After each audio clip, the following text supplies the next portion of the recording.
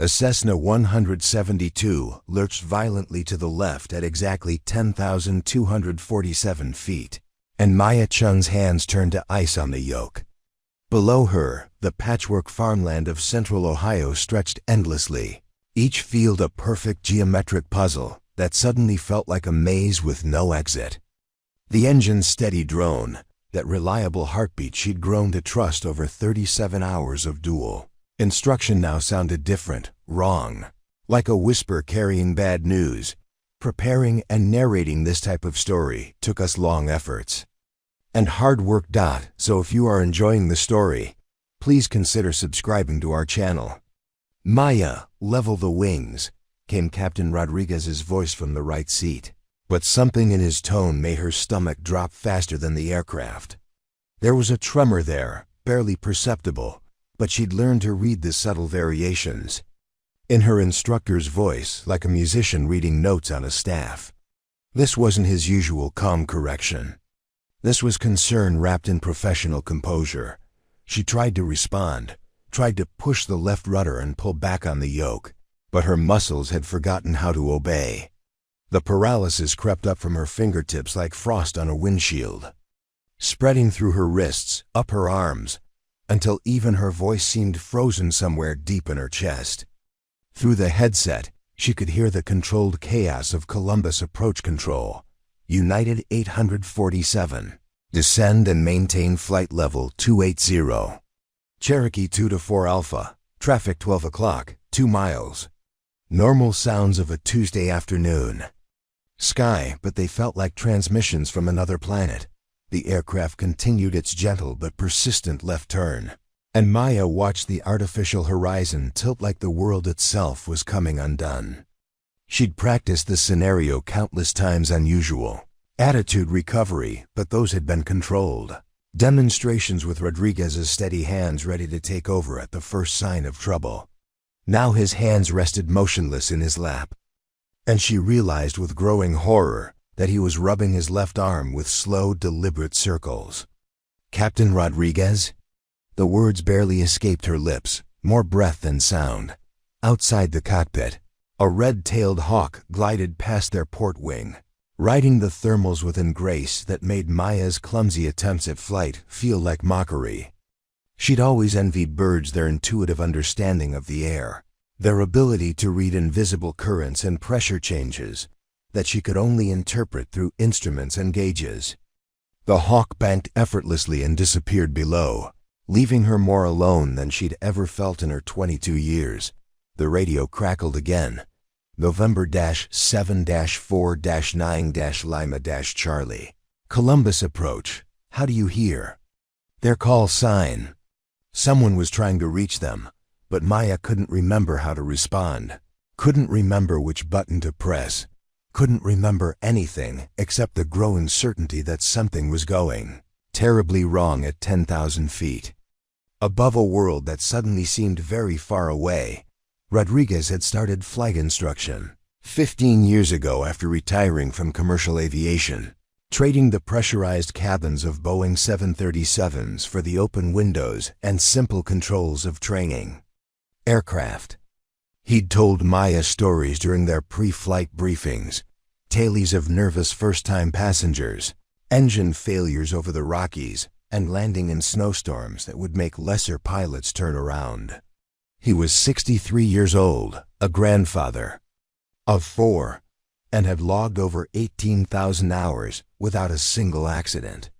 His logbook was a testament to precision, safety, and the kind of steady competence that made flying feel like the most natural thing in the world. But now his breathing was shallow, rapid, and there were beads of perspiration forming along his hairline despite the cool November air streaming through the cabin vents.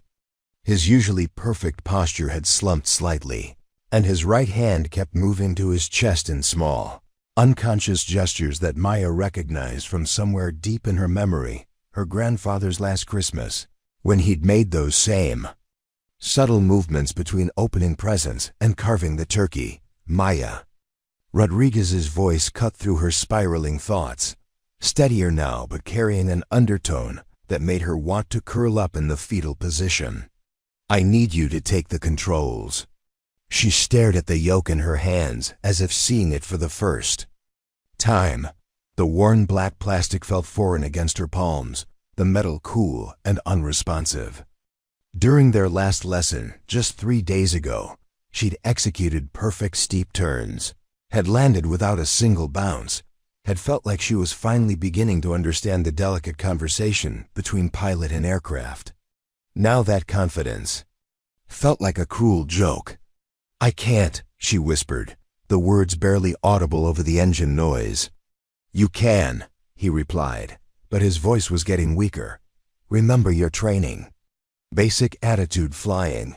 We've done this before." But they hadn't done this before. They'd never done this with Rodriguez looking gray around the edges. Never done this with Maya's chest tight with a panic that made every breath feel insufficient. Never done this with the very real possibility that she might be the only person on board capable of bringing them down alive. The Cessna's nose dropped another few degrees, and the airspeed indicator crept past the green arc into the yellow caution range.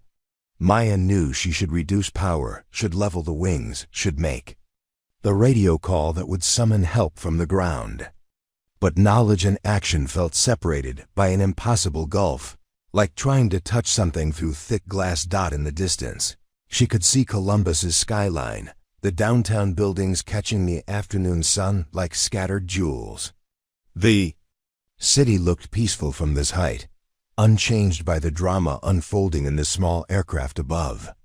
People were probably sitting in traffic, complaining about their commutes, planning dinner, living their normal Tuesday lives without any awareness that a student pilot was discovering the terrifying weight of complete responsibility. Maya's flight training had been a birthday gift from her parents, well-meaning but slightly bewildered by their daughter's sudden fascination with aviation. She'd been studying mechanical engineering at Ohio State, maintaining a solid 3.7 GPA, when she'd happened to walk past the flight school at Doane Scott Field one crisp October morning. Something about the sight of small aircraft lined up on the ramp, their wings gleaming in the early sunlight, had stopped her in her tracks. She'd stood there for 20 minutes, watching students and instructors conduct pre-flight inspections, listening to engines coming to life, feeling something awakening in her chest that she couldn't quite name. Her first discovery flight with Rodriguez had been a revelation. The moment the wheels left the ground, she'd felt a sense of rightness that she'd never experienced in any classroom or laboratory. The earth spreading out below, the horizon stretching endlessly in all directions, the airplane responding to her inputs like an extension of her own intentions. It all felt like coming home to a place she'd never known she was missing. Now, 7 months and countless hours later, that sense of belonging felt like a distant memory. The airplane felt alien, hostile, a machine that had temporarily tolerated her presence, but was now revealing its true nature as an unforgiving judge of competence. Rodriguez's breathing was becoming more labored, and his left hand had moved to clutch his chest with unmistakable purpose. Maya had seen enough medical dramas to recognize the signs, but accepting the reality felt impossible. This was supposed to be a routine cross-country flight, a chance to practice radio procedures and navigation techniques. They were supposed to land at Mansfield in 45 minutes, grab lunch at the airport diner, and fly back to Columbus in time for Rodriguez's 3 o'clock lesson with another student. "Maya," his voice was urgent now, cutting through her paralysis like a knife through fog. "Look at me." She turned to meet his eyes, expecting to see fear or pain, but instead found something that surprised her: complete, unwavering confidence. Not in the situation, not in the airplane, but in her. It was the same look he'd given her after her first solo flight, when she'd taxied back to the ramp with shaking hands and a grin that lasted for hours. "You are a pilot," he said simply, "not a student pilot. Not a passenger. A pilot, and pilots don't give up." The words hit her like a physical force, and suddenly her hands remembered their purpose. She pressed the left rudder pedal, felt the Airplane respond with grudging obedience. The wings slowly leveled, and the nose came up to the horizon line. It wasn't pretty. The airplane wallowed like a boat in heavy seas, but it was control, however tenuous, but even as she fought to maintain level flight, a new terror was creeping in around the edges of her consciousness. Rodriguez's condition was worsening. His face had gone from gray to an alarming shade of pale that reminded her of old newspaper, and his breathing was becoming increasingly shallow. The reality she'd been trying to avoid was asserting itself with brutal clarity. She might be doing this alone. The radio crackled again. November 749 Lima Charlie. Columbus approach, radar contact, say intentions. Maya stared at the radio panel, at the maze of buttons and switches that had seemed so simple during ground instruction. She knew she needed to declare an emergency, knew she needed help, but her voice felt trapped somewhere between her brain and her mouth. The microphone hung from its coiled cord like an accusation, waiting for her to find the courage to admit that she was in over her head. Outside, the world continued its peaceful rotation. The hawk had returned, or perhaps it was a different hawk, she couldn't tell at this distance. It circled lazily below them, riding currents of warm air rising from the sun-heated fields. Maya envied its certainty, its evolutionary programming that told it exactly how to navigate three-dimensional space without conscious thought or doubt. She was about to key the microphone when she noticed Rodriguez's head beginning to tilt forward, his chin dropping toward his chest. The sight sent adrenaline flooding through her system like ice water, sharpening her focus to a laser point. Whatever was happening to her instructor, whatever was wrong, she was now the pilot in command of this aircraft. The weight of that responsibility settled on her shoulders like a lead blanket, but beneath the fear, something else was stirring, something that felt suspiciously like determination. The question that would haunt her dreams for years to come was already forming in her mind. What happens when the person you're counting on to keep you alive suddenly needs you to keep them alive instead? Maya Chen had always been the quiet one in her family, the middle child who found refuge in textbooks and mechanical puzzles, while her older brother dominated dinner conversations with tales from his medical residency, and her younger sister regaled everyone with stories from her social work internship. Both siblings had chosen careers dedicated to helping people directly, dramatically, in ways that mattered. Maya had chosen engineering because she loved the precision of it, the way complex problems could be broken down into manageable components and solved through logic and persistence. Flying had been her first real rebellion against type. Her parents, both professors at OSU, her father in economics, her mother in literature, had been supportive but puzzled when she'd announced her intention to get her private pilot license. It seemed so dangerous, her mother had said over dim sum one Sunday afternoon, her chopsticks pausing halfway to her mouth. And expensive. Wouldn't that money be better spent on graduate school applications? But Maya had already been saving money from her part-time job at the campus bookstore, already been researching flight schools, already been dreaming of the moment when she would slip the surly bonds of earth and dance the skies on laughter-silvered wings. The poetry of flight called to the part of her that had always felt constrained by the ground, by the predictable patterns of academic life, by the weight of other people's expectations. Her first lesson with Rodriguez had been scheduled for a crisp October morning, and she'd arrived at the airport 45 minutes early, too nervous to sleep the night before. The flight school occupied a modest building at Donska Field, its walls covered with sectional charts, weather maps, and photographs of student pilots posing proudly next to the aircraft they'd just learned to master. The smell of aviation, fuel, and leather mixed with the scent of coffee brewing in the flight planning room, creating an atmosphere that immediately felt like home. Rodriguez had emerged from his office, wearing a pilot uniform that had seen better days but was still pressed to military precision. His hair was silver gray, cut short in a style that suggested Air Force training decades in the past. His handshake was firm, his smile genuine, and his eyes held the kind of quiet confidence that came from having navigated thousands of situations that would terrify ordinary people. "So, Miss Chen," he'd said, settling into the chair across from her in the briefing room, "what makes you want to learn to fly?"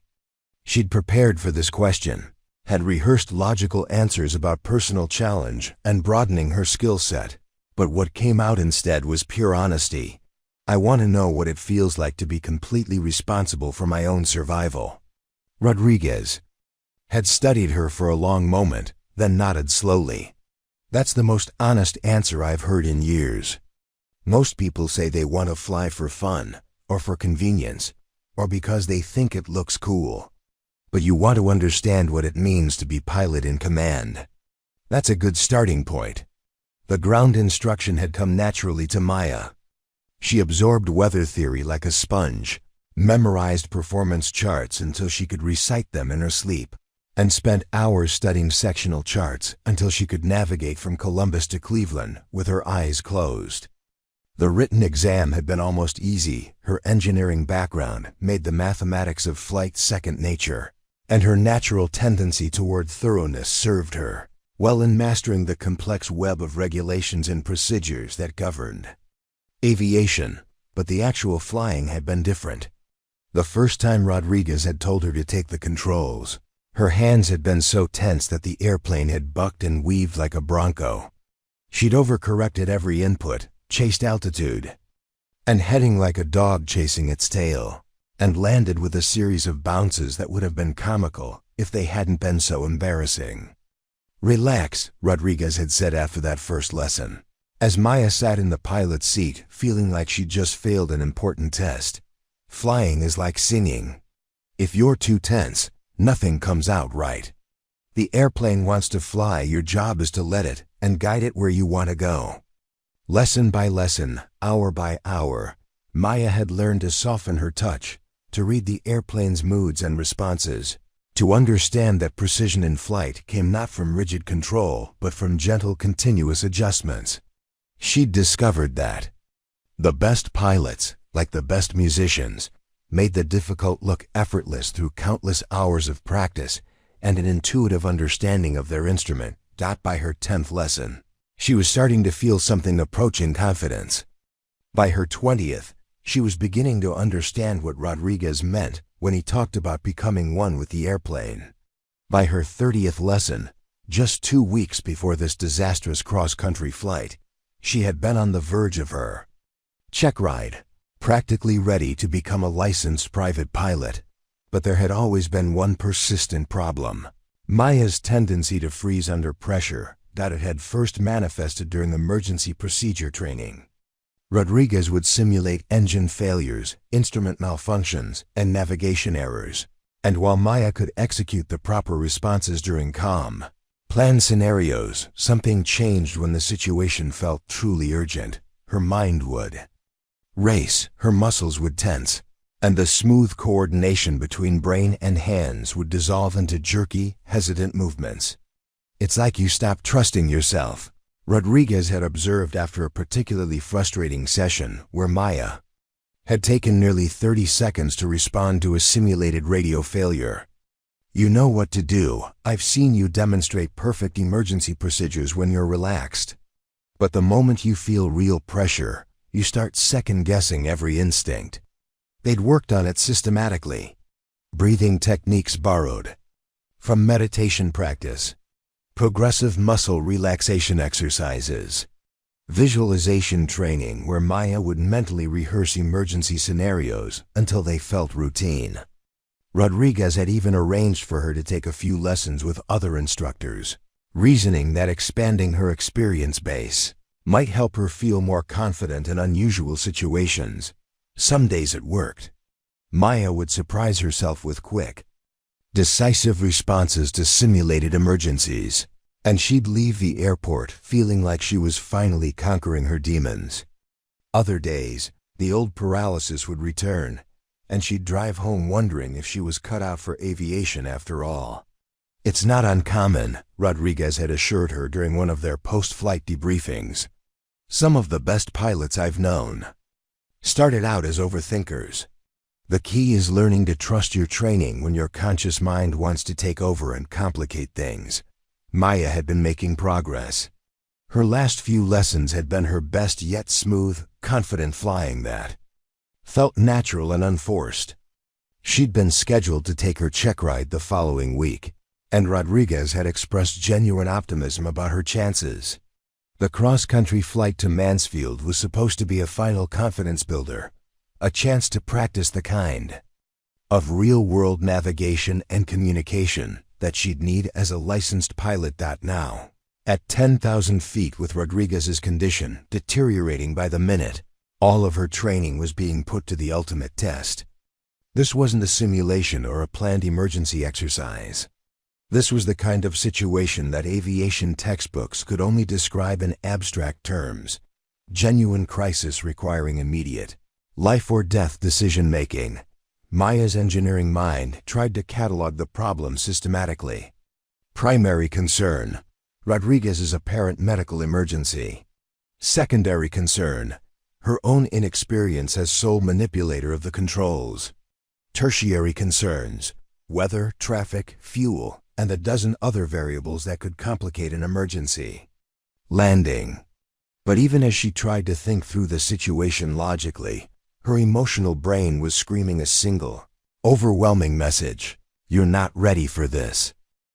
The airplane continued its steady flight through the calm November air, oblivious to the drama unfolding in its cockpit. The engine droned on with mechanical reliability. The instruments displayed their information with digital precision, and the radio continued to crackle with the voices of other pilots managing their routine flights. From the outside, November 749 Lima Charlie looked like just another training flight, indistinguishable from the dozens of other aircraft dotting the Ohio sky on this Tuesday afternoon. Inside, Maya was discovering what it meant to be truly alone with responsibility. Every decision when to call for help, where to land, how to manage Rodriguez's condition, rested entirely on her shoulders. There was no instructor to take over if things went wrong, no parent to call for advice, no textbook with step-by-step instructions for this exact scenario. She thought about her family, probably going about their normal Tuesday routines without any awareness that their quiet middle daughter was facing the greatest challenge of her life. Her father would be teaching this afternoon macroeconomics class, probably explaining market equilibrium with the same patient thoroughness he'd shown when helping her with high school calculus. Her mother would be leading graduate students through a discussion of contemporary poetry, finding meaning and beauty in the precise arrangement of words. Her siblings would be in their respective hospitals and social service offices, making split-second decisions that affected people's lives. For the first time, Maya understood that she was more like her family than she'd realized. She was facing a situation that required the same kind of immediate, consequential decision-making that defined their careers. The stakes were just as high, the pressure just as intense, and the margin for error just as small. The thought was both terrifying and oddly comforting. Her family had raised her to be capable, to think clearly under pressure, to persist through difficult challenges. Those qualities had served her well in engineering school, in her part-time job, in learning to fly. Now she would discover whether they would serve her in the ultimate test of competence and character. Rodriguez stirred in the right seat, his eyes opening with visible effort. "Maya," he said, his voice noticeably weaker than before. "How are we doing?" She glanced at the instruments, noted their altitude, heading, and airspeed. "We're level at 10,200 feet, heading about 340 degrees. Airspeed is 105 knots. The numbers came out steadily, surprising her. Apparently, part of her brain was still functioning with pilot-like precision, even while another part was consumed with worry. "Good," Rodriguez managed. "Very good. Now I need you to do something for me." "I need you to declare an emergency," Rodriguez said, and the words hit Maya like a physical blow. She'd practiced emergency radio calls countless times during training. had memorized the precise phraseology, had even laughed nervously when Rodriguez joked about the dramatic nature of declaring Mayday or Pan-Pan. But those had been exercises, simulations with the comfortable knowledge that they were just pretending. This was real, and the weight of that reality was crushing.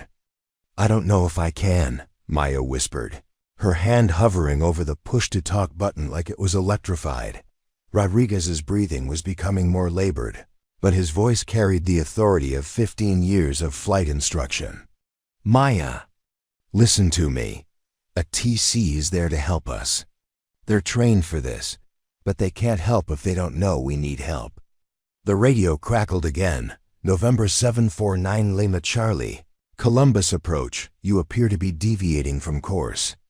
Please advise." Maya realized she'd been unconsciously letting the airplane drift northwest, away from their original heading to Mansfield. The simple act of maintaining straight and level flight was taking all of her concentration, leaving no mental capacity for navigation or communication. She keyed the microphone, her voice barely audible. "Columbus approach, November 7-4-9 Lima Charlie ... We have ... we need ... The words stuck in her throat like glue. Declaring an emergency meant admitting that she was in over her head, that the situation had spiraled beyond her control, that she might not be capable of handling what came next. It meant accepting that this could end badly. "Take your time," came the controller's voice, professional and calm. "November 7-4-9 Lima Charlie, what can we do for you?" Rodriguez reached over with tremendous effort and placed his hand over hers on the yoke. His palm was cold and clammy, but his grip was steady. "You can do this," he said. "You're already doing it. Now make the call." Maya closed her eyes for a moment, remembering her first solo flight 6 weeks earlier. She'd been terrified then. Too convinced that without Rodriguez in the right seat, she would surely make some catastrophic error. But she'd completed 3 successful landings, had taxied back to the ramp with a sense of accomplishment unlike anything she'd ever experienced. If she could pilot an airplane alone then, she could handle this crisis now. She keyed the microphone. Again, forcing steadiness into her voice. "Columbus approach. November 749 Lima Charlie, declaring a medical emergency. We have approximately 18 gallons of fuel remaining, 2 souls on board, and my flight instructor is experiencing what appears to be a heart attack." The admission hung in the air like a confession.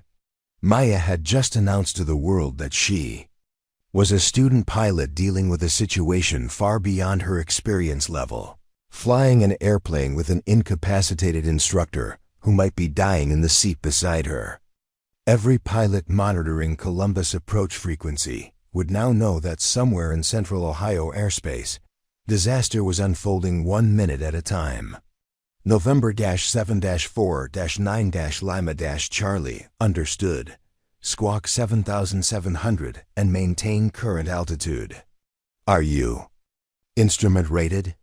Maya reached for the transponder, her hands shaking as she dialed in the emergency code. Negative on the instrument rating. I'm a student pilot with approximately 35 hours total time. Each word felt like an admission of inadequacy, but she forced herself to continue. My instructor is conscious but in distress. There was a pause on the frequency, and Maya could almost feel the controller's mental calculations. Student pilot.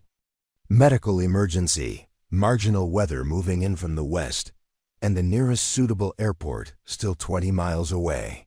She imagined conversations beginning in the approach control facility, supervisors being notified, emergency vehicles being placed on standby. November 749 Lima Charlie, we're going to get you on the ground safely. Can you accept vectors to Delaware County Airport? It's 15 miles northwest of your position with a nice long runway. Maya glanced at Rodriguez, whose eyes were closed but who managed a weak nod. Delaware County was a towered field with good emergency facilities, longer runways than Mansfield, and most importantly, it was closer.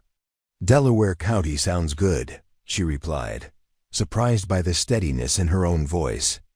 Roger, November 7-4-9 Lima Charlie. Turn left heading 280. Descend and maintain 3,000 feet. We're declaring an emergency for you and rolling the equipment. How is your instructor doing now? Maya looked over at Rodriguez, whose face had gone from gray to an alarming shade of white. His breathing was shallow and rapid, and she could see perspiration beading on his forehead, despite the cool cabin air. He's conscious but appears to be in significant distress, she reported, the clinical language helping her maintain emotional distance from the reality of what was happening. Understood. November 7-9 Lima Charlie. We're also going to have a backup instructor from Ohio State Flying Formation with you to provide guidance. Calsign November 8-2 Bravo is launching now and will intercept you in about 10 minutes. The idea of having another instructor nearby was simultaneously comforting and terrifying.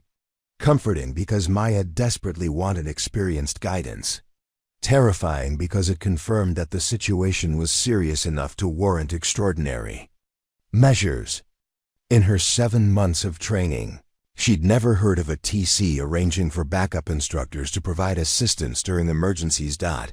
As she began the left turn toward Delaware County, Maya realized that news of their emergency was probably spreading through the aviation community like wildfire.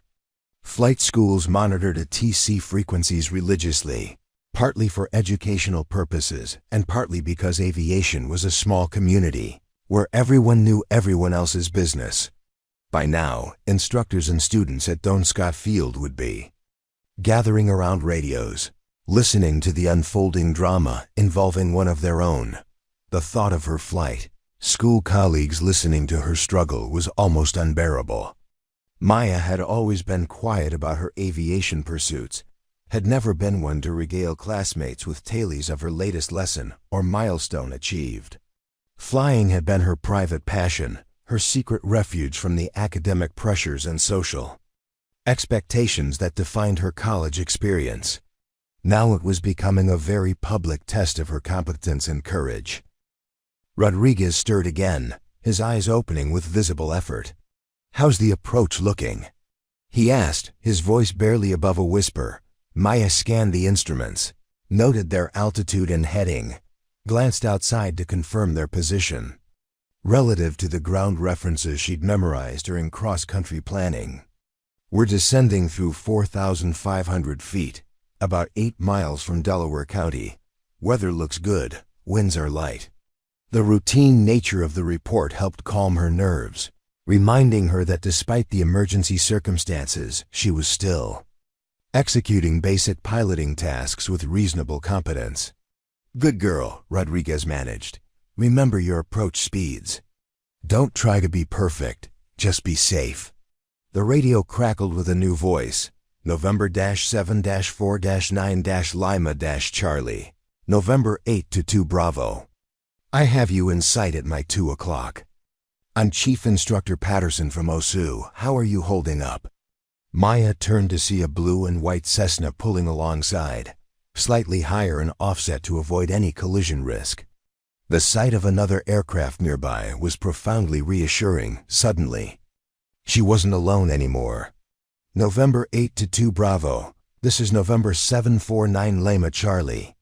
I'm doing okay, but my instructor is in pretty bad shape. Copy that. You're flying beautifully, by the way. I'm going to stay with you all the way to the ground. Delaware County Tower has been notified.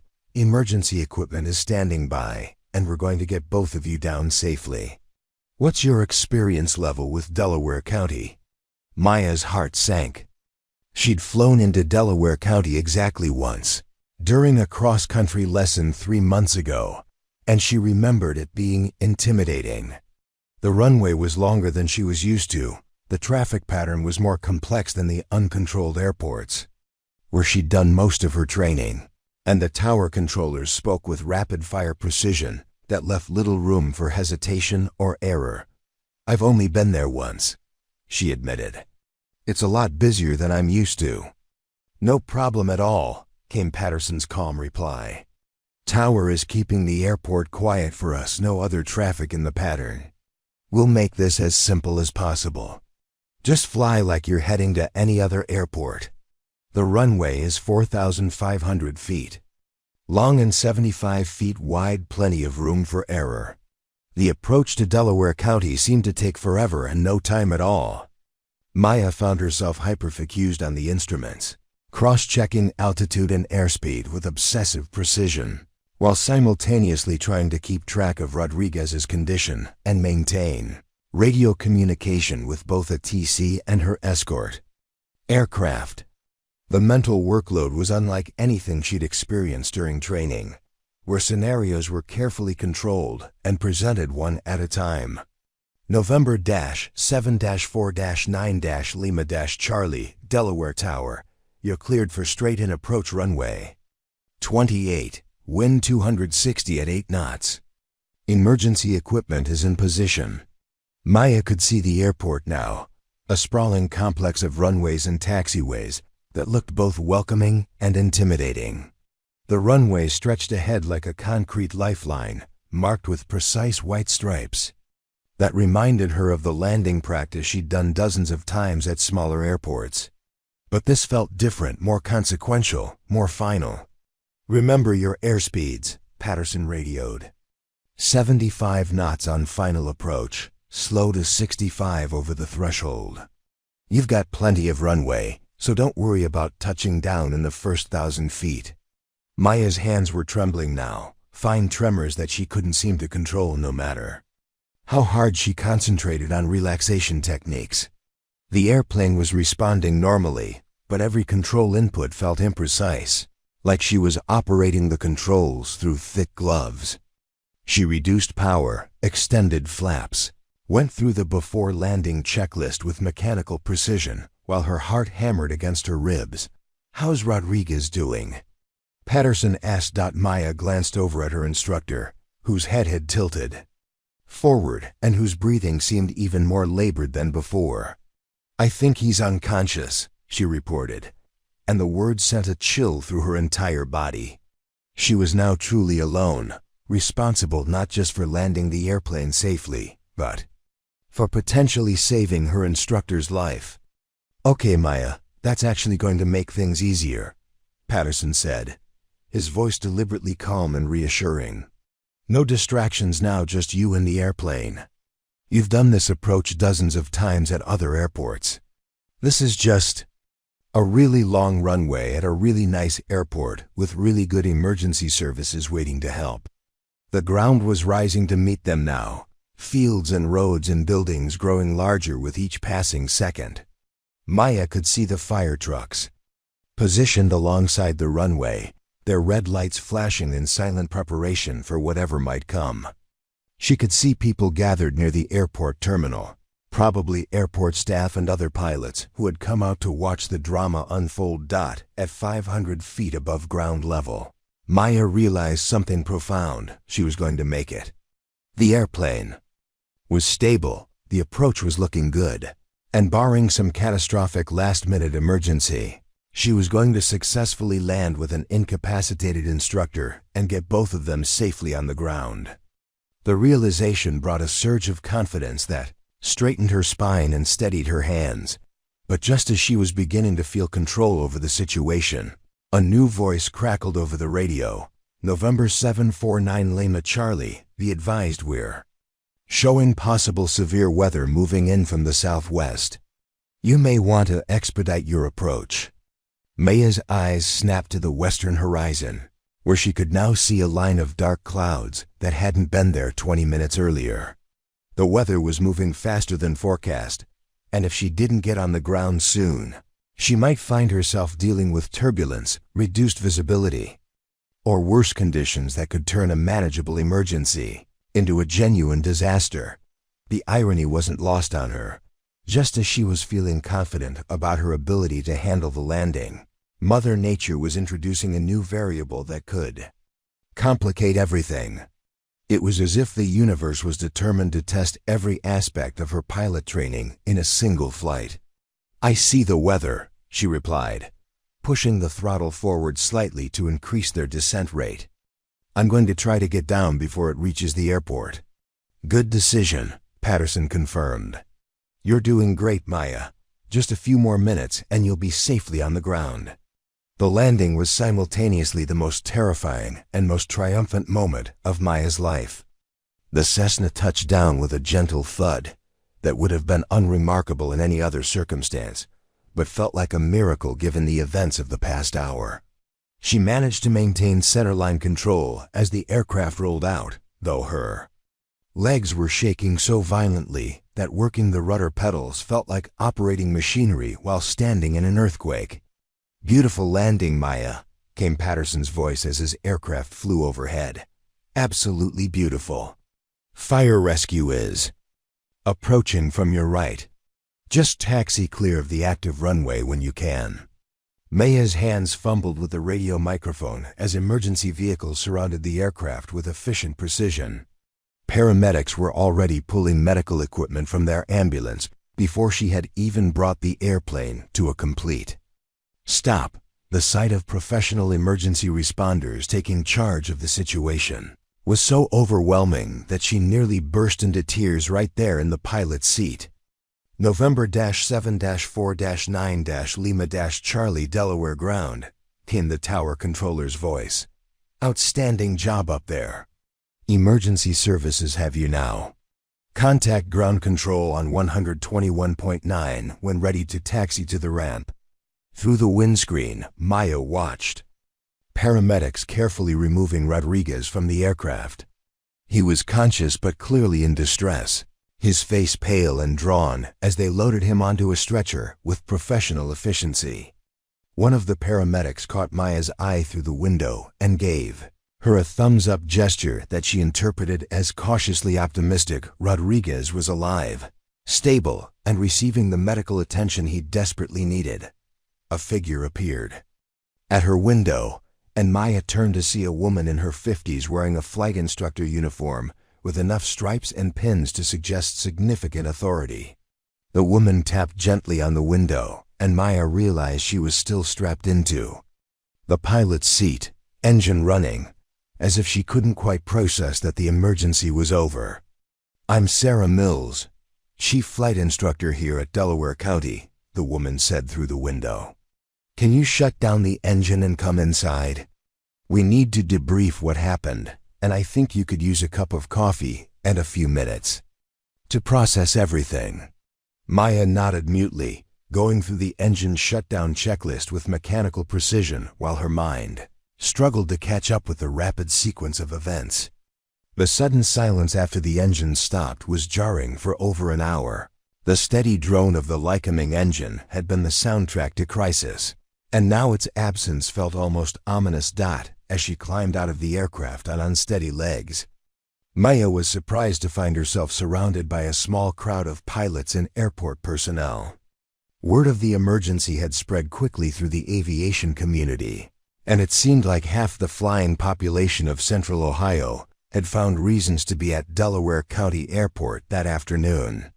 The attention was both overwhelming and oddly comforting. These were her people, fellow aviators who understood exactly what she had just accomplished.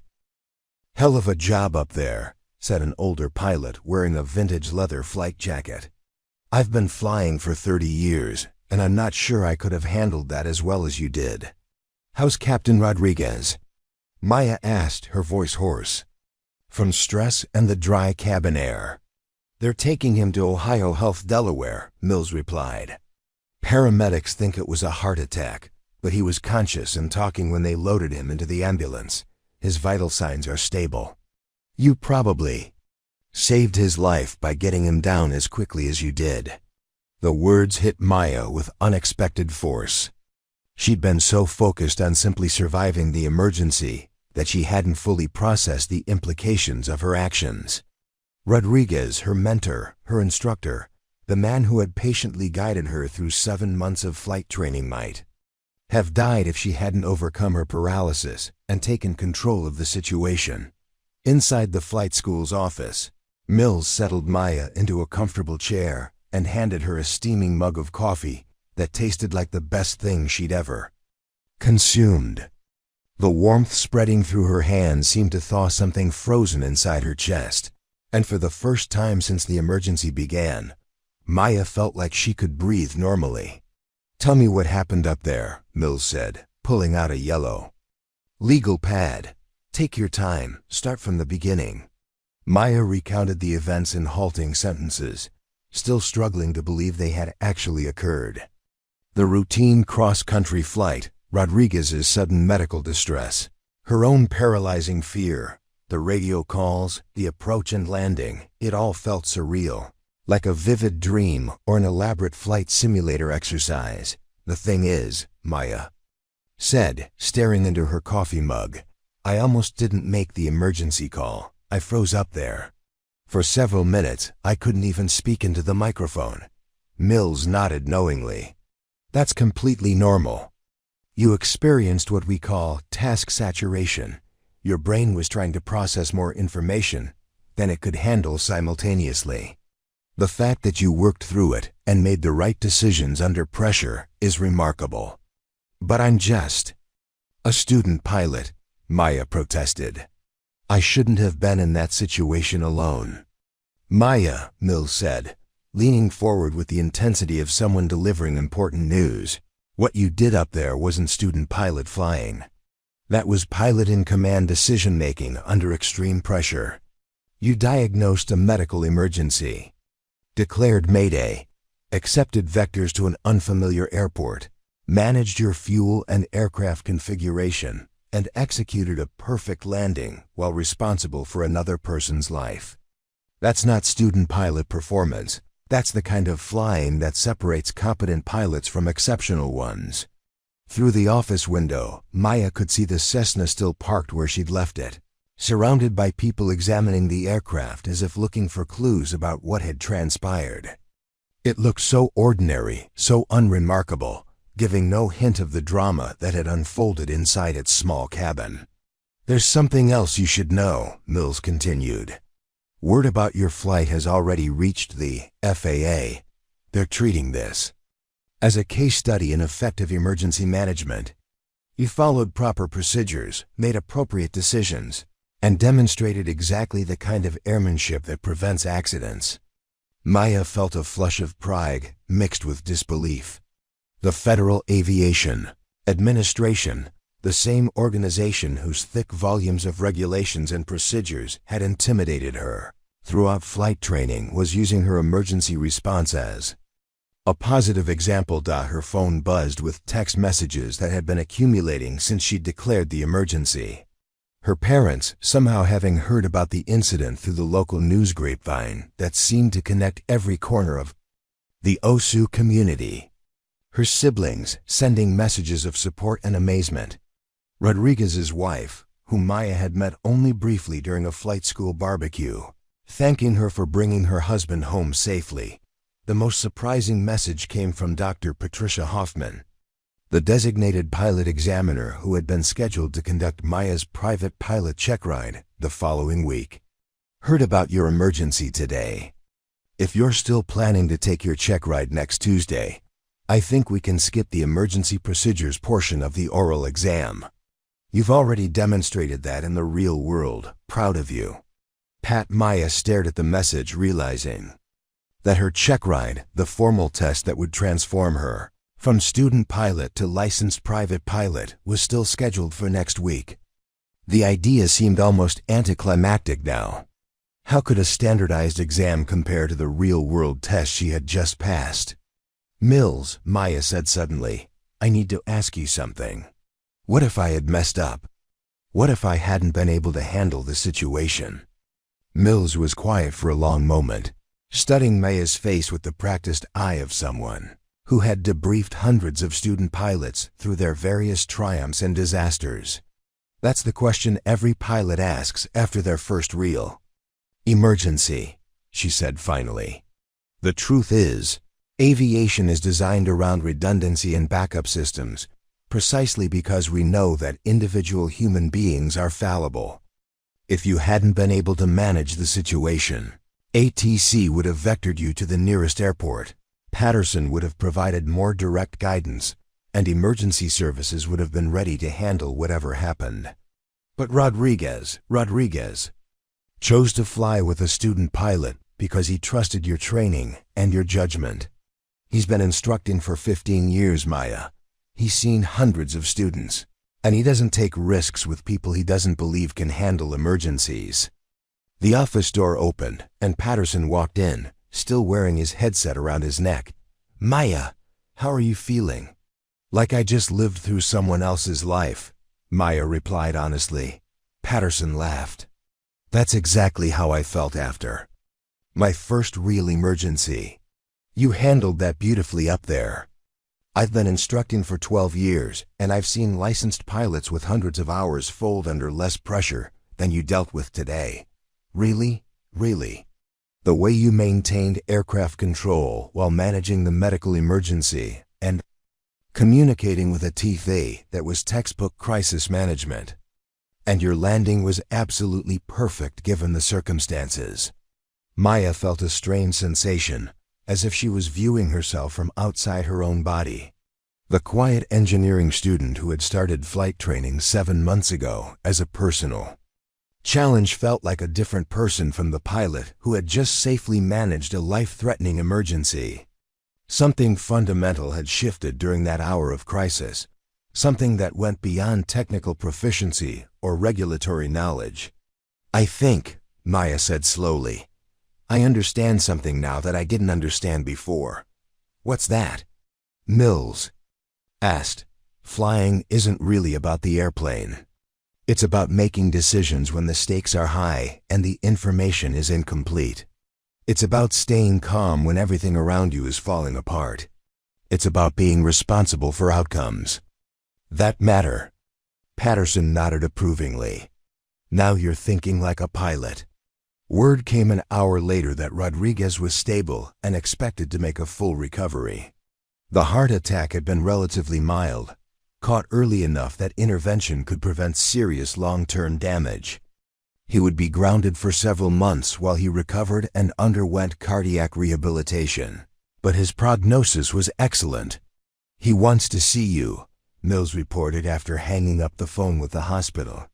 He's asking for his student, who flew like a commercial pilot with 30 years of experience. The drive to Ohio Health, Delaware, took 20 minutes through the gathering November dusk. Maya found Rodriguez in a private room, connected to various monitoring equipment, but looking significantly better than he had during the final minutes of their flight. His color had returned to normal, and while he appeared tired, his eyes held the same sharp intelligence that had made him such an effective instructor. Maya, he said as she entered the room, I owe you my life. Captain Rodriguez, No, he interrupted gently. Listen to me. What you did today was extraordinary. I've been teaching people to fly for 15 years, and I've seen maybe 3 or 4 students who could have handled that situation the way you did. You saved both our lives up there. Maya felt tears threatening for the first time since the emergency had begun.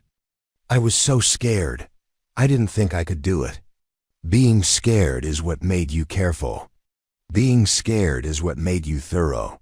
Being scared is what kept us alive. Rodriguez shifted slightly in his hospital bed, wincing at the movement. Fear isn't the enemy of good piloting. Overconfidence is. You felt appropriate fear for a dangerous situation, but you didn't let it paralyze you when action was required. What happens now? Maya asked. Rodriguez smiled, the same expression he'd worn after her first successful solo flight.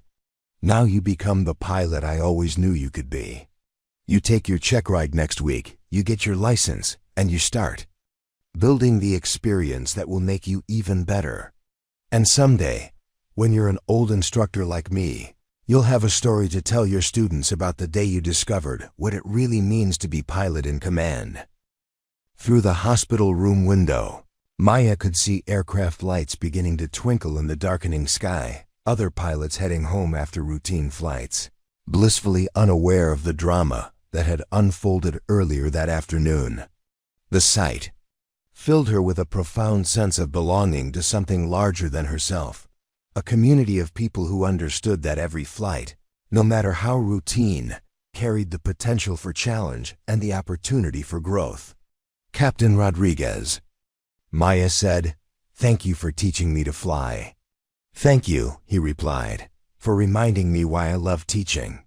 3 months after the emergency landing at Delaware County Airport, Maya Chen stood at the podium of the Ohio Aviation Association's annual safety seminar, looking out at an audience of 200 pilots, instructors, and aviation safety professionals. The irony wasn't lost on her that the quiet engineering student who had once been too nervous to key the microphone during routine radio calls was now being asked to share her story with some of the most experienced aviators in the state. "The most important thing I learned that day," Maya said, her voice carrying clearly through the hotel conference room, "wasn't about emergency procedures or aircraft systems. It was about the difference between knowing what to do and trusting yourself to do it." The audience listened with the focused attention that aviators reserve for lessons that might someday save their lives. Maya had discovered that her story resonated particularly strongly with flight instructors, many of whom recognized their own students' struggles with confidence and decision-making in her account of that November afternoon. After the presentation, Maya was approached by a steady stream of pilots sharing their own emergency stories, thanking her for her honesty about the fear and uncertainty that accompanied real-world crisis management. One grizzled airline captain with 30 years of experience told her that her story had reminded him of his own first major emergency as a young first officer, when engine failure on takeoff had transformed him from a rule-following technician into an actual pilot.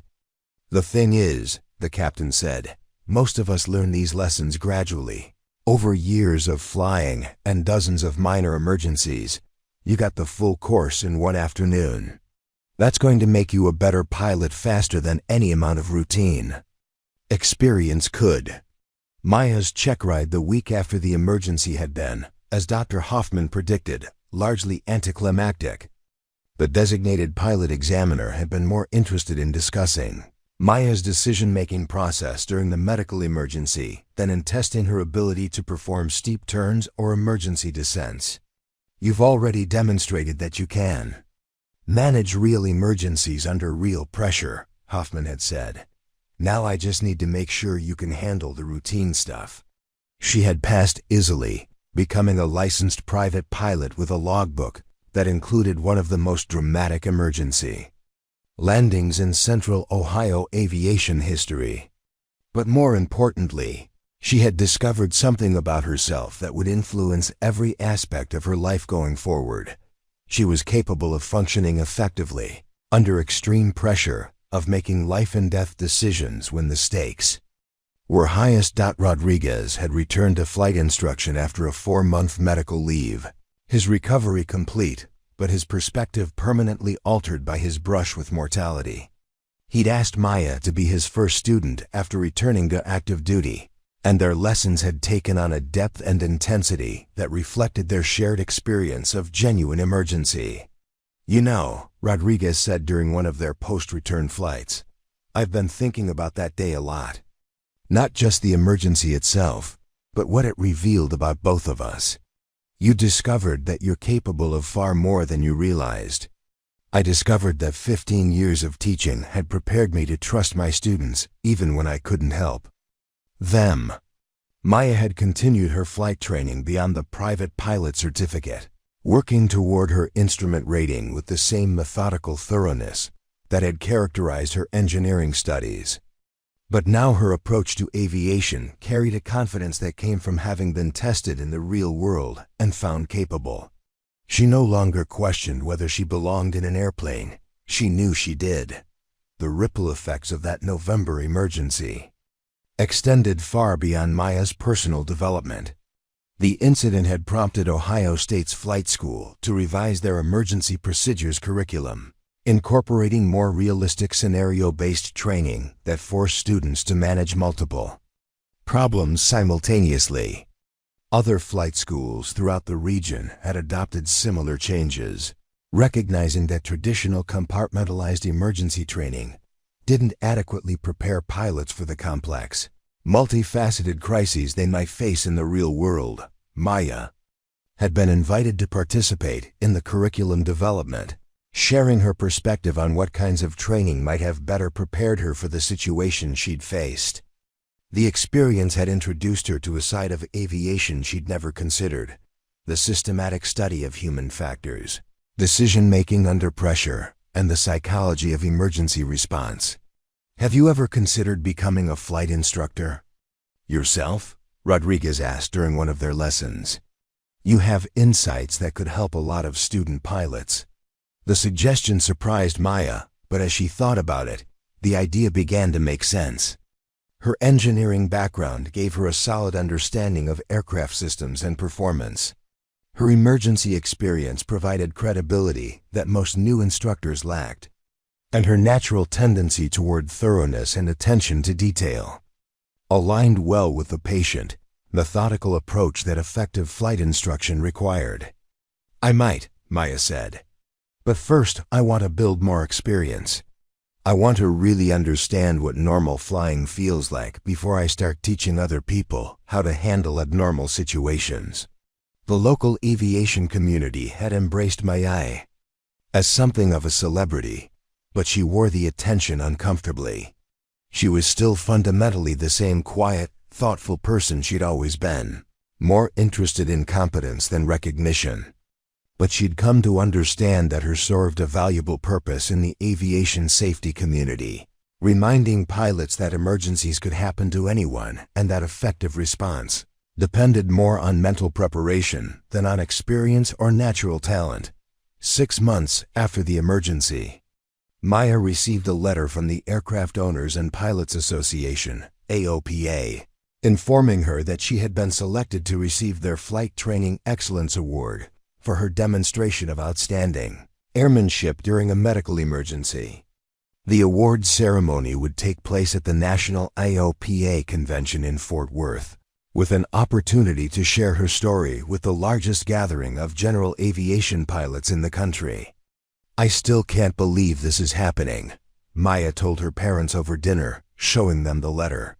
"A year ago, I was afraid to talk to ground control at a towered airport. Now they want me to speak at a national convention." Her father, Ever, the economist, smiled at the irony. "It's a perfect example of comparative advantage," he said. "You've developed expertise in an area where most people have little experience. That makes your knowledge particularly valuable." Her mother, the literature professor, had a different perspective. "It's about finding your voice," she said. "You've always been articulate and thoughtful, but you never had something important enough to say that you felt compelled to speak up. Now you do." Both interpretations felt accurate to Maya. She had developed expertise in crisis management that was rare and valuable in the aviation community. But more fundamentally, she had discovered that she had something worth saying about courage, preparation, and the discovery of capability under pressure. The convention speech in Fort Worth was delivered to an audience of over 1,000 pilots, flight instructors, and aviation industry professionals. Maya's story was received with the kind of respectful attention usually reserved for airline captains recounting near disasters or test pilots describing experimental aircraft programs. She found herself fielding questions not just about the emergency itself, but about the psychological aspects of pilot training, the importance of realistic scenario-based instruction, and the role of confidence in emergency decision-making. After the convention, Maya was approached by representatives from several aviation safety organizations who were interested in incorporating her insights into their training programs. The National Association of Flight Instructors invited her to develop a presentation on student pilot emergency preparedness. The FAA's General Aviation Joint Steering Committee asked her to participate in a study of factors that influence pilot decision-making during medical emergencies. "You've become an expert," Rodriguez observed when Maya called to update him on these developments. "Not just in flying, but in understanding how people learn to handle crisis situations. That's a rare combination." A year after the emergency, Maya was working on her commercial pilot license while simultaneously pursuing a master's degree in aeronautical engineering. Her thesis focused on human factors in general aviation emergency response, combining her technical background with the hard-won insights from her personal experience. The research was groundbreaking work that synthesized engineering analysis with psychological understanding, exactly the kind of interdisciplinary approach that could lead to meaningful improvements in aviation safety. But perhaps the most significant change was in Maya herself, the quiet, cautious student who had once questioned her ability to handle pressure had become a confident pilot and a respected voice in the aviation safety community. She still approached flying with the same methodical thoroughness that characterized all her endeavors, but now that approach was grounded in the absolute certainty that she could handle whatever challenges might arise. The thing about that emergency, Maya reflected during a recent interview for an aviation magazine, is that it taught me the difference between theoretical knowledge and practical wisdom. I had learned all the procedures, memorized all the emergency checklists, practiced all the maneuvers. But until I faced a real situation where someone's life depended on my decisions, I didn't really understand what it meant to be a pilot. Rodriguez, fully recovered and back to his full schedule of flight instruction, had become one of Maya's strongest advocates in the aviation community. "She represents everything we want to see in the next generation of pilots," he said during a recent safety seminar. "Technical competence combined with sound judgment, confidence balanced with appropriate humility, and the kind of natural teaching ability that will help her pass these lessons on to others." The Cessna 172 that had carried them through that harrowing November afternoon was still in service at the flight school, now bearing a small placard near the door that read "Emergency Landing, Delaware County Airport, November 15, 2024. Student pilot Maya Chen and CFI Captain Rodriguez." It served as a daily reminder to other students that aviation could present challenges far beyond the routine traffic patterns and cross-country flights that comprised most flight training. Maya still flew that particular aircraft regularly, finding something comforting about the familiar controls and instrument layout that had become the tools of her transformation from student to pilot. Every time she settled into the left seat and ran through the pre-flight checklist, she remembered not just the terror of that emergency flight, but the profound satisfaction of discovering that she was capable of far more than she had ever imagined. 2 years later, Maya Chen stood beside a pristine Cessna 172 on the ramp at Doane Scott Field, watching her first solo student conduct a thorough pre-flight inspection with the same nervous intensity she remembered from her own early training. The student Jessica Martinez, a pre-med sophomore at OSU, was checking and double-checking every item on the inspection checklist with the kind of obsessive attention to detail that Maya recognized as the hallmark of someone who desperately wanted to avoid making mistakes. "Take your time," Maya called out. "The airplane isn't going anywhere, and neither are we." Jessica looked up from the engine compartment, her face flushed with a combination of excitement and terror. "I just want to make sure everything is perfect." "Nothing is ever perfect in aviation," Maya replied, remembering Rodriguez saying almost exactly the same words to her during her first solo preparation. "But thorough and careful will keep you safe."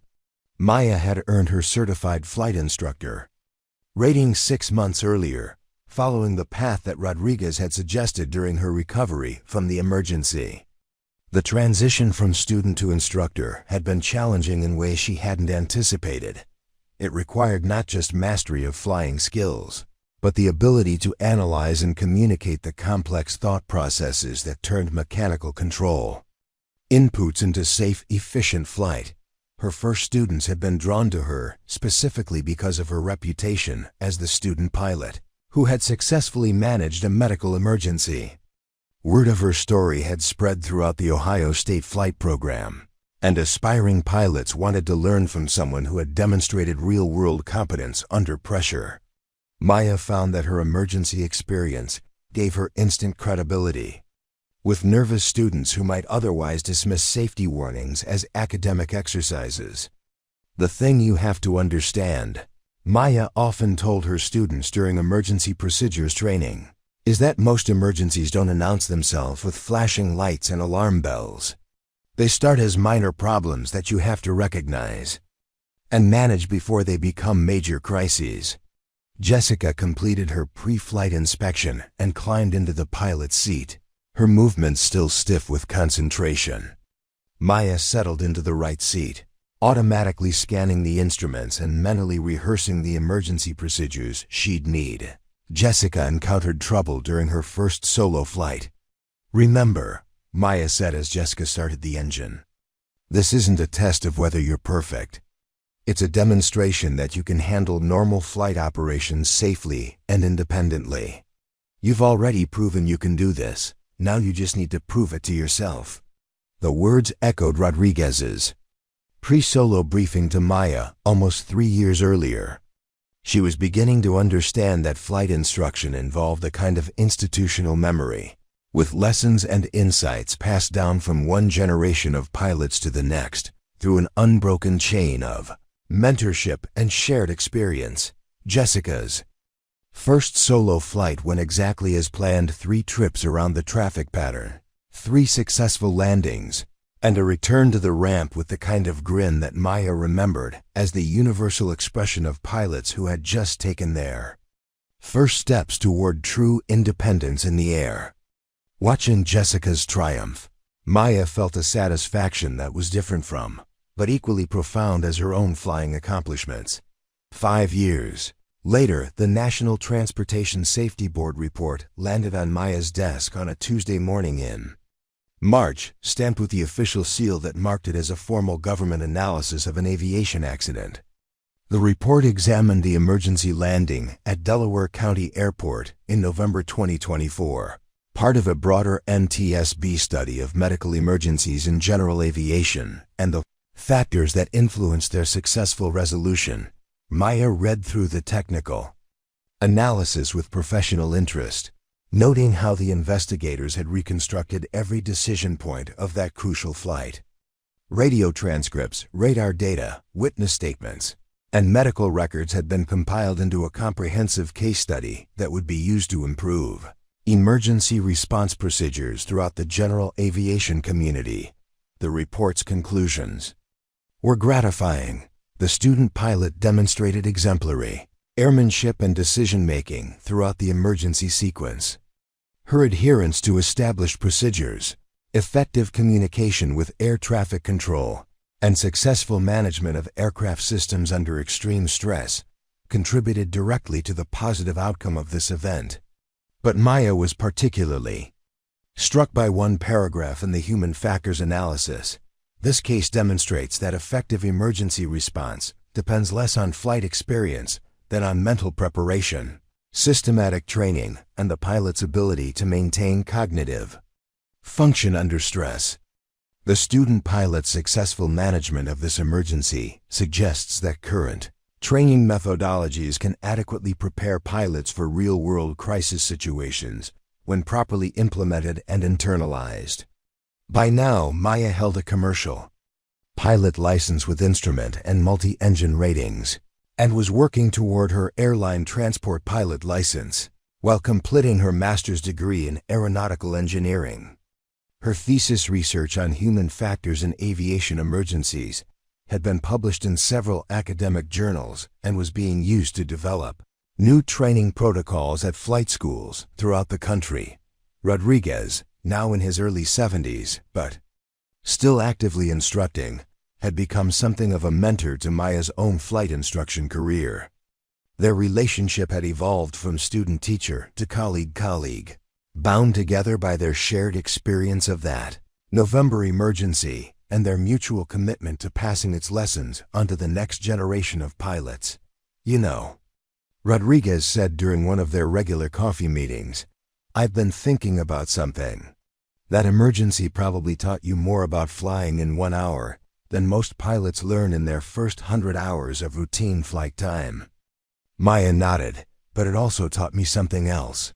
It taught me that the most important part of being a pilot isn't the flying itself, it's being prepared for the flying to go wrong. Their conversation was interrupted by Maya's phone buzzing with a text message. One of her former students, now a regional airline first officer, was sending an update about his recent promotion to captain. The message included a photo of him standing proudly beside a regional jet, wearing captain's stripes and a grin that reminded Maya of Jessica's expression after her first solo flight. Another one making it to the airlines, Maya told Rodriguez, showing him the photo. That's 4 of your students in the past 2 years, Rodriguez observed. You're developing quite a reputation as an instructor who produces competent, safety-conscious pilots. Maya felt a flush of pride. Her teaching philosophy emphasizing decision-making and emergency preparedness alongside traditional flying skills was producing pilots who were sought after by airlines and corporate flight departments. Several of her former students had specifically credited her emergency-focused training with helping them handle challenging situations during their subsequent flying careers. 10 years later, Captain Maya Chen adjusted her headset as United Airlines Flight 1247 pushed back from the gate at O'Hare International Airport, the familiar weight of command responsibility settling on her shoulders as naturally as breathing. As pilot in command of the Boeing 737-800, she was responsible for the lives of 156 passengers and crew members, a responsibility that had evolved naturally from that first moment of true emergency decision-making in a small Cessna over Central Ohio. Her path to the airlines had been unconventional but direct. After completing her aeronautical engineering master's degree, Maya had worked as a flight instructor and charter pilot while building the flight hours required for airline hiring.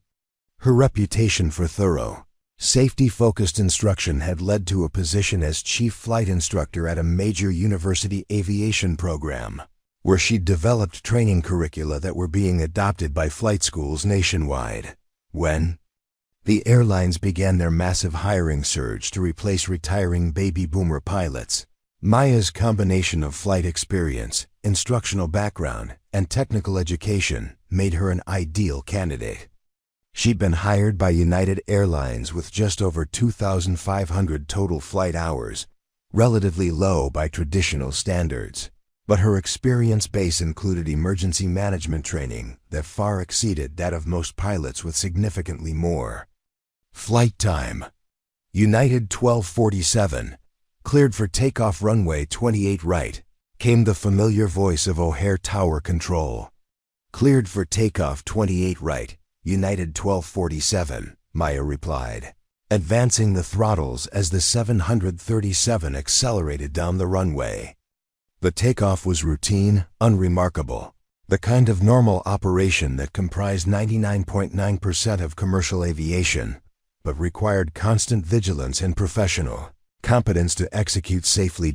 As they climbed through 10,000 feet, the same altitude where Rodriguez had suffered his heart attack a decade earlier, Maya reflected on the circuitous path that had brought her to this cockpit. The emergency that had once terrified her had become the foundation for a career built on competence under pressure, thorough preparation, and the kind of calm decision-making that distinguished professional pilots from mere aircraft operators. First Officer, a recent hire from the regional airlines, was conducting the departure briefing with the same nervous precision that Maya remembered from her own early airline training. Weather at destination is clear, no significant turbulence forecast. Fuel is adequate with normal reserves. Good brief, Maya said when he finished. What's your experience with winter operations? About 2 years at the regionals, he replied. Mostly flying in the Midwest and Northeast. I've handled my share of ice and snow. Excellent. This route can get interesting when the lake effect snow kicks in, but today looks like smooth sailing. The conversation reminded Maya of the hundreds of similar exchanges she'd had with new pilots over the years, as a flight instructor, as a chief instructor, and now as an airline captain. Aviation was fundamentally a mentorship profession, with experienced pilots passing knowledge and wisdom to the next generation through an unbroken chain of instruction and example. 15 years later, the auditorium at the University of North Dakota was packed with aviation students, faculty members, and industry professionals who had come to hear Dr. Maya Chen deliver the keynote address at the National Collegiate Aviation Conference. Her reputation as both a practicing airline pilot and an aviation safety researcher had made her one of the most sought-after speakers in the field. 15 years ago, Maya began, I was a student pilot who froze at the controls when faced with my first real emergency. Today, I want to talk about what that experience taught me about the difference between training for emergencies and being prepared for emergencies. The audience leaned forward with the focused attention that aviation professionals reserved for lessons that might someday save lives. Maya's story had become something of a legend in the aviation education community, but she continued to tell it because each new generation of pilots needed to understand that competence under pressure was not a natural talent, but a learned skill. Maya had completed her PhD in aeronautical engineering while continuing to fly for United Airlines. Her dissertation research focusing on the development of training methodologies that better prepared pilots for high-stress emergency situations. Her work had influenced the design of airline training programs, flight school curricula, and even military pilot instruction. But she had never forgotten the fundamental lesson of that November afternoon, that the most sophisticated training in the world was worthless without the mental preparation to trust one's abilities when everything was falling apart. The aviation industry has made remarkable advances in safety over the past several decades, Maya continued.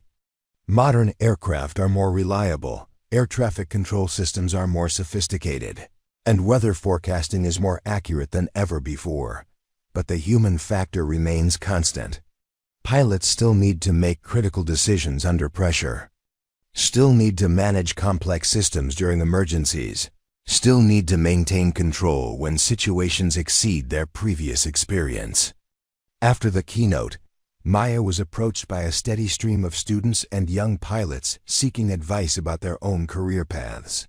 Many were surprised to learn that the composed, confident speaker they just heard had once been paralyzed by fear in the cockpit of a small training aircraft. The thing you have to understand, Maya told one particularly nervous student pilot, is that courage isn't the absence of fear. It's the decision to act appropriately despite fear. Every pilot experiences moments of doubt, moments of overwhelming responsibility, moments when the stakes feel higher than their ability to handle them. The difference between competent pilots and incompetent ones isn't the presence or absence of fear, it's what you do with that fear when it arrives. 20 years later, the dedication ceremony for the Maya Chen Center for Aviation Safety Education took place on a crisp October morning at Ohio State University, exactly 20 years after Maya's emergency landing had first brought her to the attention of the aviation safety community. The new facility would house the university's expanded flight training program, complete with state-of-the-art simulators, classroom facilities, and research laboratories dedicated to advancing aviation safety through better understanding of human factors and emergency decision-making. Rodriguez, now retired but still sharp at 83, had been invited as the guest of honor at the ceremony.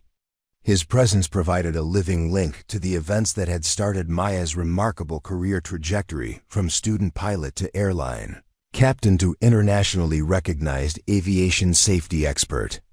I keep thinking about that day, Rodriguez said. During his remarks to the assembled crowd of aviation professionals, university officials, and government representatives, a routine cross-country flight that became anything but routine. But what struck me then, and what continues to strike me now, is how Maya transformed a potentially catastrophic situation into a learning opportunity that has benefited thousands of pilots over the past 2 decades.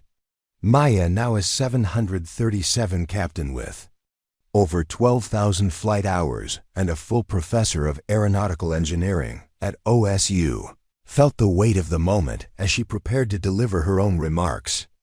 The scared student pilot, who had once struggled to key the microphone during a genuine emergency, had become someone whose voice carried influence throughout the aviation industry. 20 years ago, Maya began, I learned that being a pilot isn't about the ability to fly an airplane perfectly under ideal conditions. It's about the ability to make good decisions when conditions are far from ideal, when information is incomplete, and when the stakes are highest. She paused, looking out at the audience of students, instructors, and aviation professionals. The center we're dedicating today represents a commitment to preparing pilots not just for the flying they hope to do, but for the emergencies they never face. Because the true measure of a pilot isn't how they handle routine flights, it's how they respond when everything goes wrong at once. In the audience, Maya spotted several of her former students, now airline captains, flight instructors, and aviation safety professionals themselves.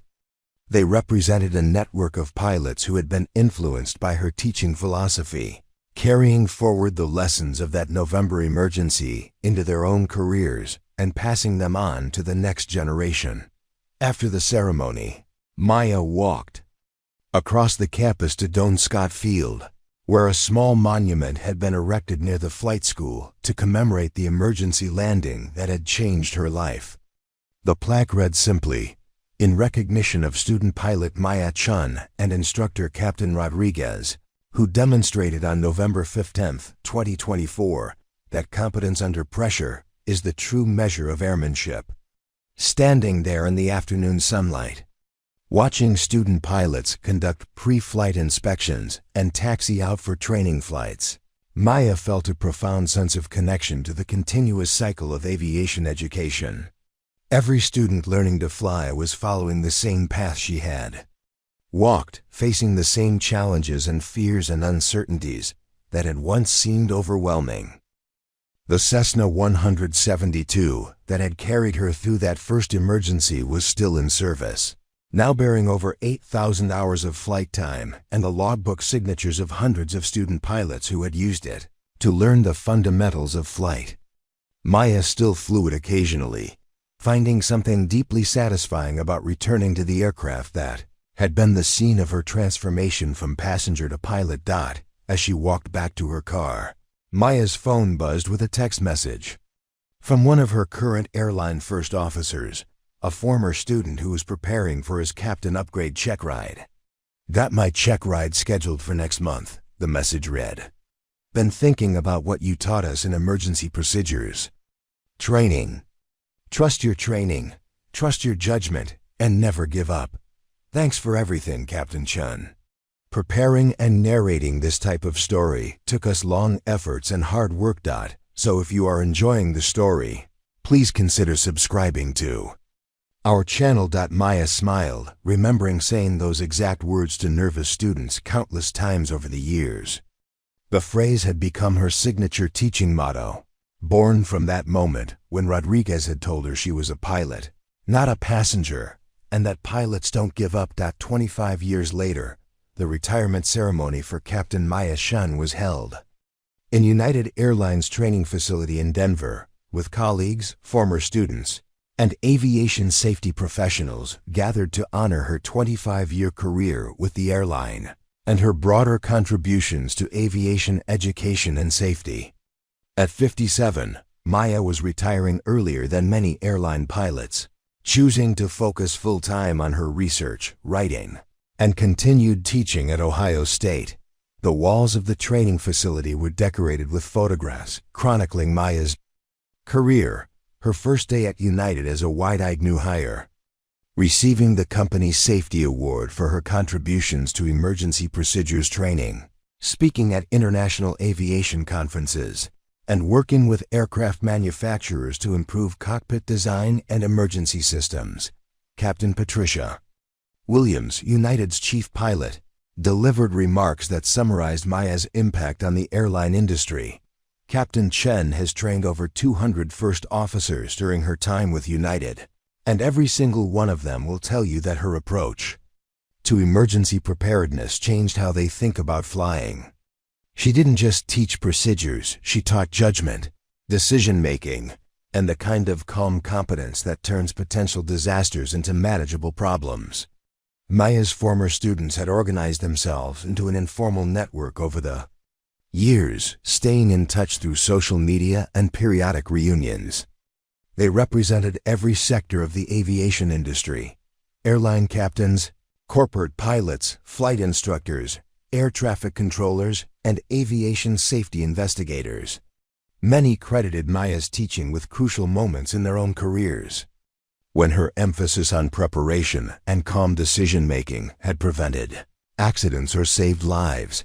During her own retirement speech, Maya reflected on the journey that had begun with a terrified student pilot freezing at the controls of a small training aircraft. "I've been privileged to spend my career in an industry where competence matters, where preparation saves lives, and where we have the opportunity to learn from every mistake and near miss to make flying safer for everyone." She paused, looking out at the audience of pilots and aviation professionals. "But the most important lesson I've learned is that being a pilot, whether you're flying a small training aircraft or a wide-body airliner, isn't about the airplane you're flying or the complexity of the systems you're managing. It's about the decisions you make when everything doesn't go according to plan." Rodriguez had passed away 5 years earlier at the age of 88, still actively instructing until just months before his death. His funeral had been attended by hundreds of pilots, whose lives he had touched during his 40-year career in aviation education. Maya had delivered the eulogy, crediting Rodriguez not just with teaching her to fly, but with showing her what it meant to be responsible for other people's safety and development. At the retirement ceremony, Maya announced the establishment of the Rodriguez-Chen Foundation for Aviation Safety Education, funded by her United Airlines pension and dedicated to developing innovative training methodologies for emergency preparedness. The foundation would provide scholarships for aspiring pilots from underrepresented communities and fund research into human factors in aviation safety. "Captain Rodriguez always said that the best pilots are made, not born," Maya explained.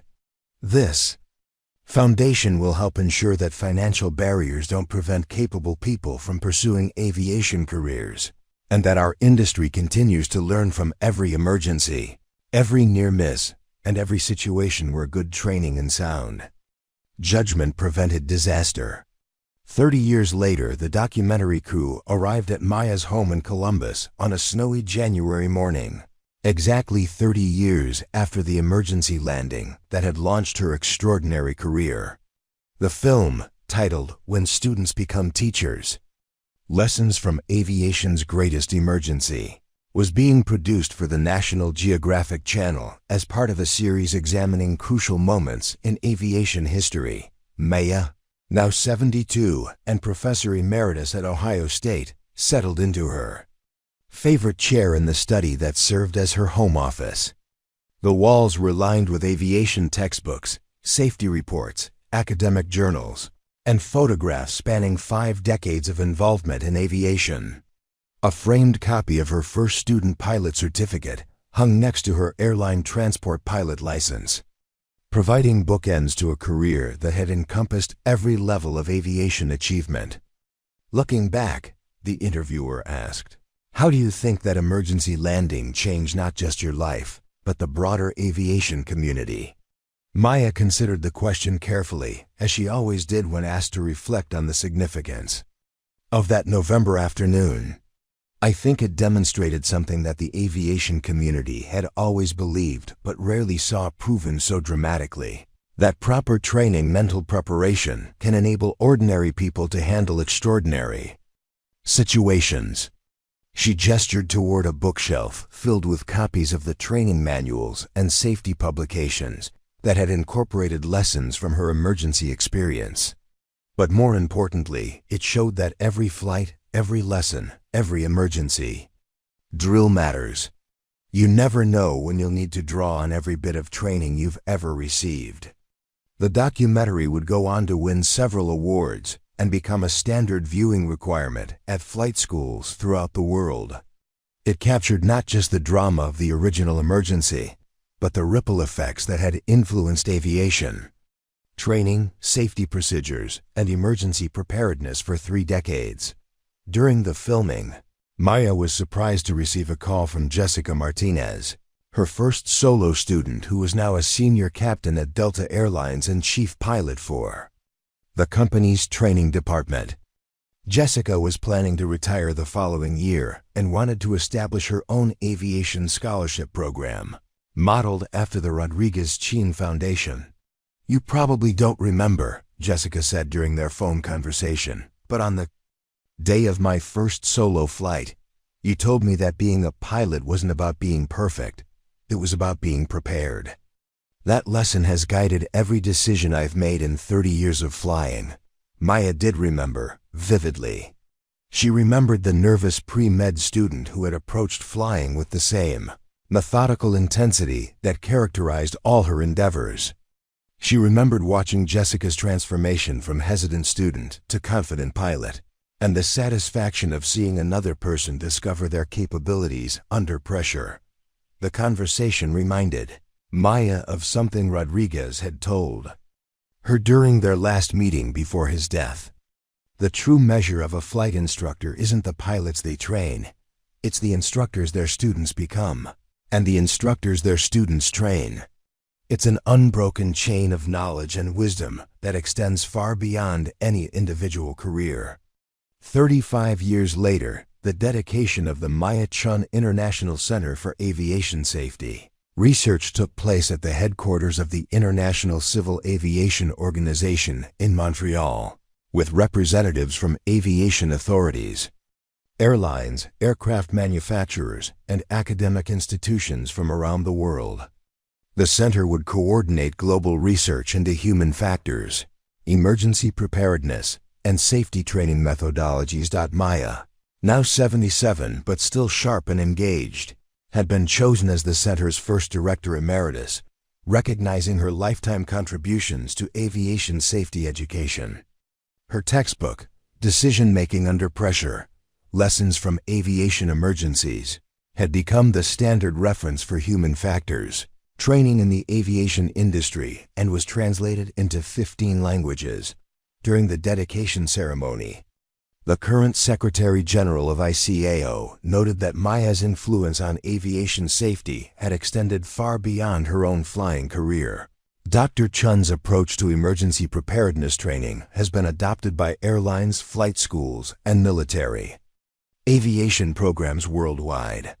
The methodologies she developed have contributed to the continuous improvement in aviation safety that has made flying the safest form of transportation in human history.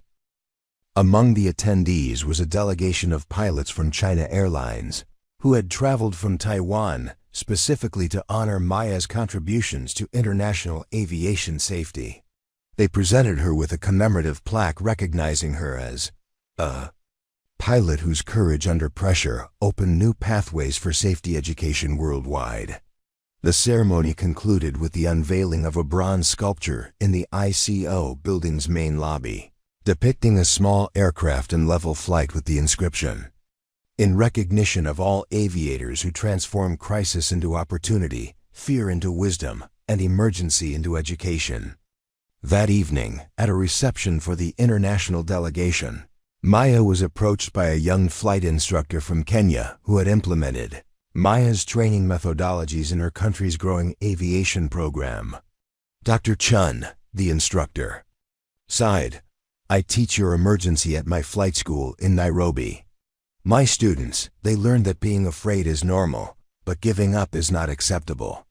Maya smiled, recognizing the echo of lessons that had traveled from a small airport in Ohio to flight schools on 6 continents.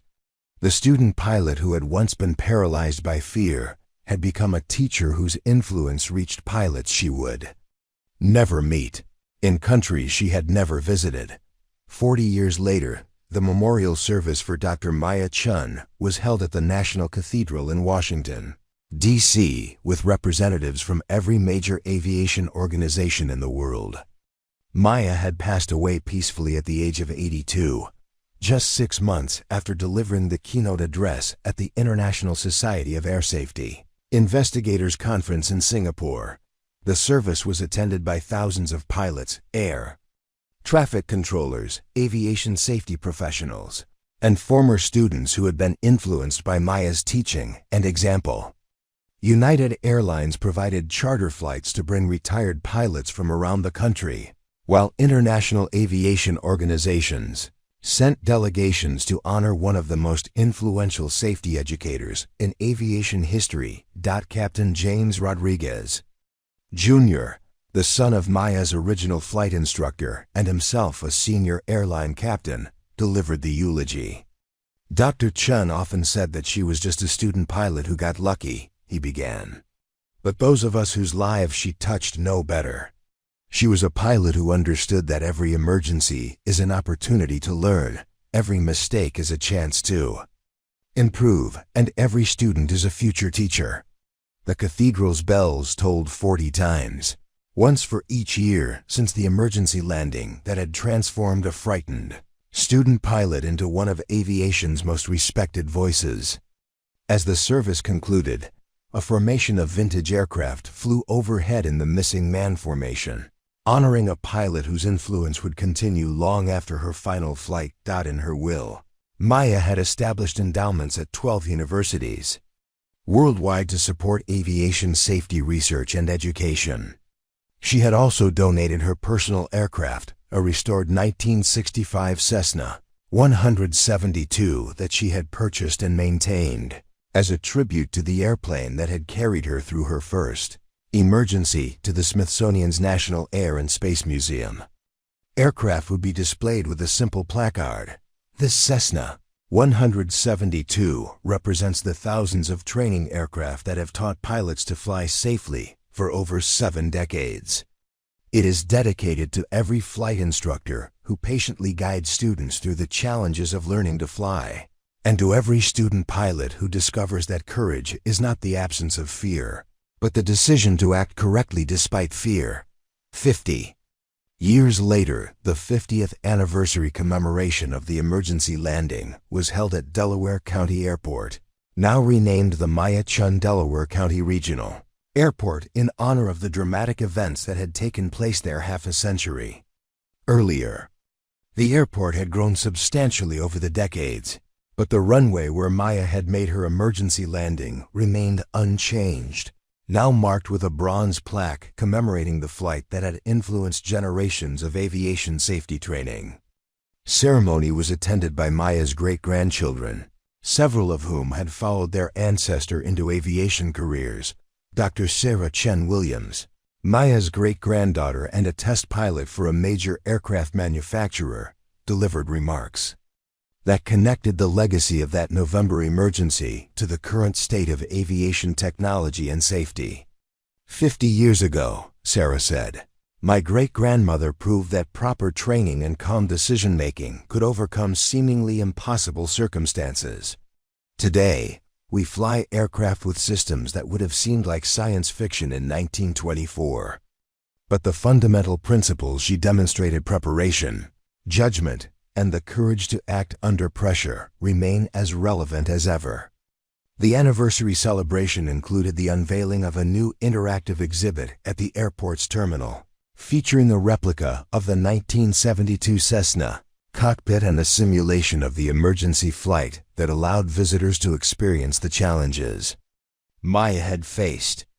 The exhibit had been designed by the Maya Chen Foundation for Aviation Education, which had grown into one of the world's leading organizations for aviation safety, research and training. Among the attendees was a delegation from the Mars Colonial Aviation Authority, representing humanity's first off-world aviation program.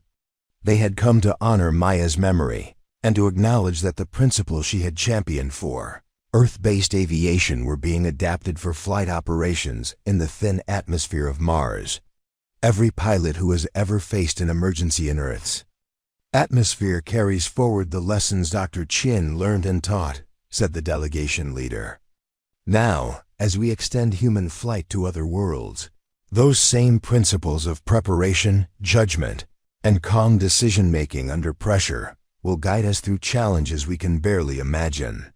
As the ceremony concluded, a vintage Cessna 172 identical to the aircraft Maya had flown during her emergency performed a flyby overhead. The pilot, a student at the Chen Flight Academy, waggled the wings in the traditional aviator's salute before disappearing into the Ohio sky. The sight reminded the assembled crowd that aviation was fundamentally about the continuous cycle of learning and teaching that connected every generation of pilots. From the Wright brothers' first flights at Kitty Hawk to the most advanced commercial aircraft flying today, the art and science of flight had been passed down through an unbroken chain of instruction, example, and shared experience. Maya Chen had been one link in that chain, transformed by emergency from a fearful student into a confident teacher. Her legacy lived on in every pilot who had learned to trust their training, every instructor who emphasized preparation over perfection, and every student who discovered that they were capable of far more than they had ever imagined. The last entry in Maya's personal logbook, written just days before her death, captured the essence of what she had learned during her 6 decades in aviation. Flying teaches us that we are capable of rising above our limitations, that preparation defeats panic, and that the courage to act correctly under pressure is the true measure of airmanship. Every flight is a lesson, every emergency is an opportunity to learn, and every student is a future teacher. The sky belongs to those who respect it, prepare for it, and never stop learning from it. As the sun set over Delaware County Airport, casting long shadows across the runway where a terrified student pilot had once discovered her true capabilities, the assembled crowd dispersed with the quiet satisfaction that comes from honoring a life well lived and a legacy that would endure. Somewhere in the gathering dusk, student pilots were conducting their first solo flights. Flight instructors were teaching emergency procedures, and airline captains were making the routine decisions that keep aviation the safest form of transportation ever devised.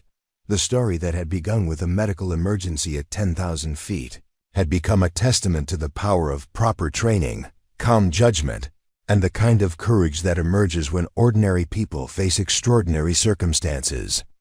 It was a story that would continue to be told as long as humans took to the skies, carried forward by every pilot who understood that flying was not just about operating aircraft, but about accepting responsibility for the safety and welfare of others. In the end, Maya Chen's greatest achievement was not any single emergency she had handled or any specific technique she had taught.